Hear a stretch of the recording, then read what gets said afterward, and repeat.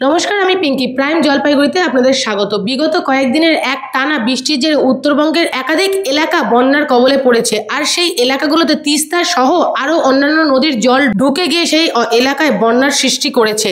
আর এর ফলে সেই এলাকার মানুষের প্রচুর ঘর, গবাদি পশু এবং প্রত্যেকটা মানুষকে বন্যার কবলে পড়তে হয়েছে। ভেসে গেছে প্রচুর গবাদি পশু, জমি জামা থেকে সবটাই।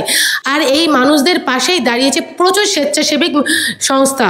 বর্তমানে অবস্থা এখন কিছুটা হলেও স্থিতিশীল হয়েছে। আর এই বিপর্যয়ের ফলে প্রচুর পর্যটক আটকে পড়েছে জঙ্গল সহ পাহাড়ে। আর এই পাহাড় থেকে ঘুরপথে নামতে গিয়ে প্রচুর ভয়ঙ্কর অভিজ্ঞতার মুখোমুখি হতে হচ্ছে পর্যটকদের। এই সময় এই মানুষগুলোর পাশে দাঁড়িয়েছে উত্তরবঙ্গ রাষ্ট্র পরিবহন সংস্থা। এই সংস্থা রবিবার রাত 3টে পর্যন্ত 15টি বাসের ব্যবস্থা করেছে এবং সোমবার সকালবেলায় আবারও সেই বাসগুলোকে নিয়ে তারা পর্যটকদের উদ্ধারের জন্য এগিয়ে গেছে গন্তব্যস্থলে। এমনটাই জানালেন এনবিএসটিসির ম্যানেজিং ডিরেক্টর দীপঙ্কর পিপলাই।